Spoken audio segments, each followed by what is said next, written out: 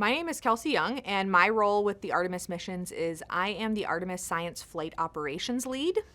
What that means is I'm responsible for making sure that science, all of our science objectives, are incorporated into the Artemis missions from a perspective of the flight control team.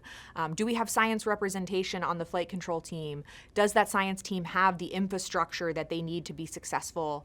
How will Artemis astronauts accomplish science objectives? How will they be trained? How will we design traverses around science objectives? So my role as the Artemis Science Flight Operations Lead is really to make sure that science has the right role to play in the operations of these exciting Artemis missions.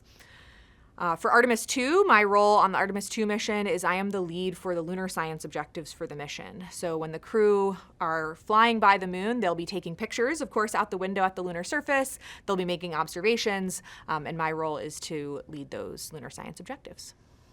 The JETT5 mission was the highest fidelity Artemis III surface mission simulation to date. It included a science team that worked both before the mission and during the mission to insert science objectives in as high a fidelity way as possible.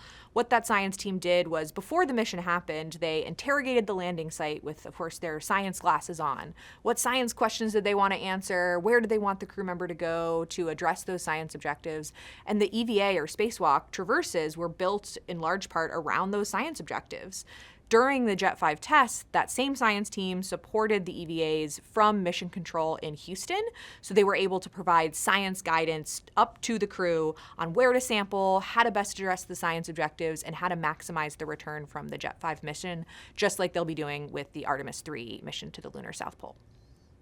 Mission simulations like JETT5 are so critical to prepare the team for Artemis surface exploration. It's critical to test the hardware, like the geology sampling tools, in these high-fidelity analog environments, but it's also really important to prepare the ground teams, the flight control team, and specifically the science team, for what it's going to be like to actually be conducting these science operations on the lunar surface.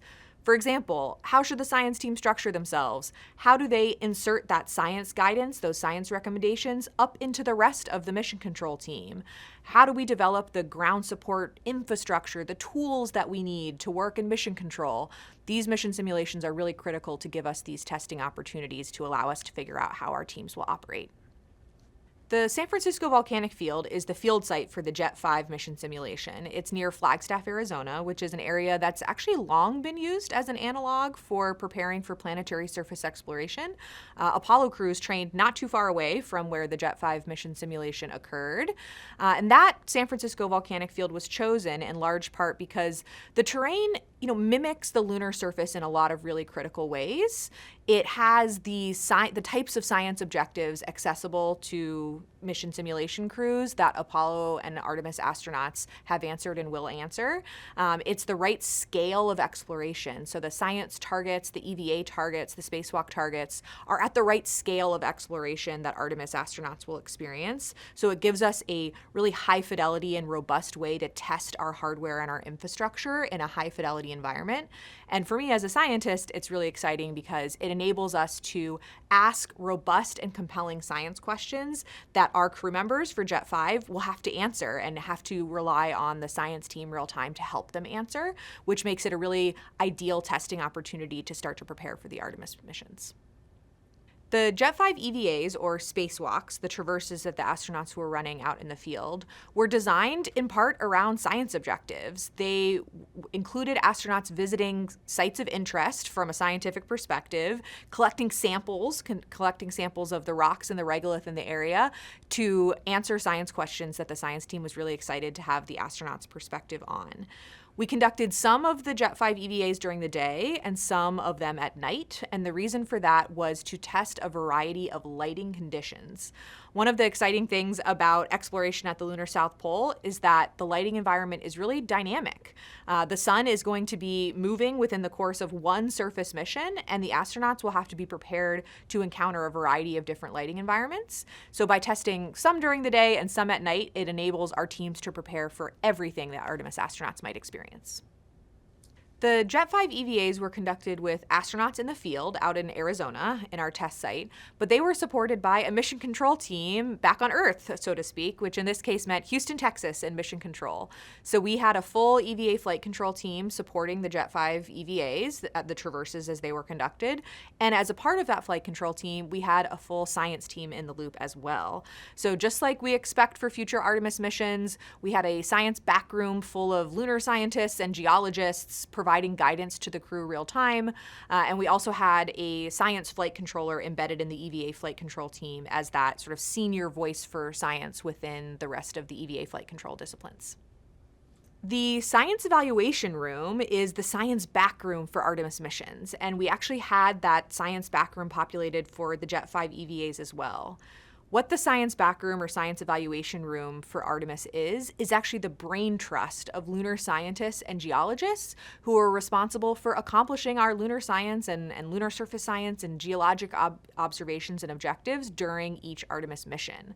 In that room, we have a whole host of the lunar science and geology community represented, and their job is to feed insights and recommendations up to the crew during a mission to make sure that those objectives are represented and accomplished throughout the mission.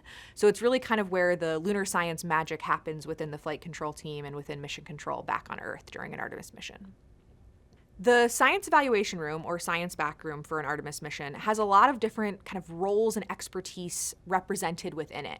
You have lunar scientists, you have geologists, you have experts in imagery and imagery analysis, because images are of course a critical data set for the science community after a mission. You have experts in sample science, people who are really wanting to study the samples when they return to Earth. You have software experts and lunar data experts all working together to make sure that the science objectives, the lunar science objectives of that mission are accomplished, and that science expertise can be injected through the flight control team real time. Artemis lunar science objectives will include those accomplished through geology, through geologic sampling. We'll be using geology tools like a rock hammer to get samples in situ to collect for return to Earth. But they'll also include science payloads or science instruments that crew deploy on the lunar surface, but that return data back to the science teams for those instruments on Earth. So the lunar science team, the Artemis mission science teams, will include those representing geology, lunar science, the lunar science payloads, and they'll all be working together to accomplish the lunar science objectives. It takes a lot of work to create a geology and science well-trained crew member, and we do that in a number of different settings. We do it in the classroom, we do it in the field, we do it through mission simulations, and we do it by pulling on science community members from across the number of science disciplines for which we have Artemis science objectives. Definitely takes a science village to create that well-trained crew member, and we're fortunate to have those well-trained crew members as our science team proxies on the lunar surface.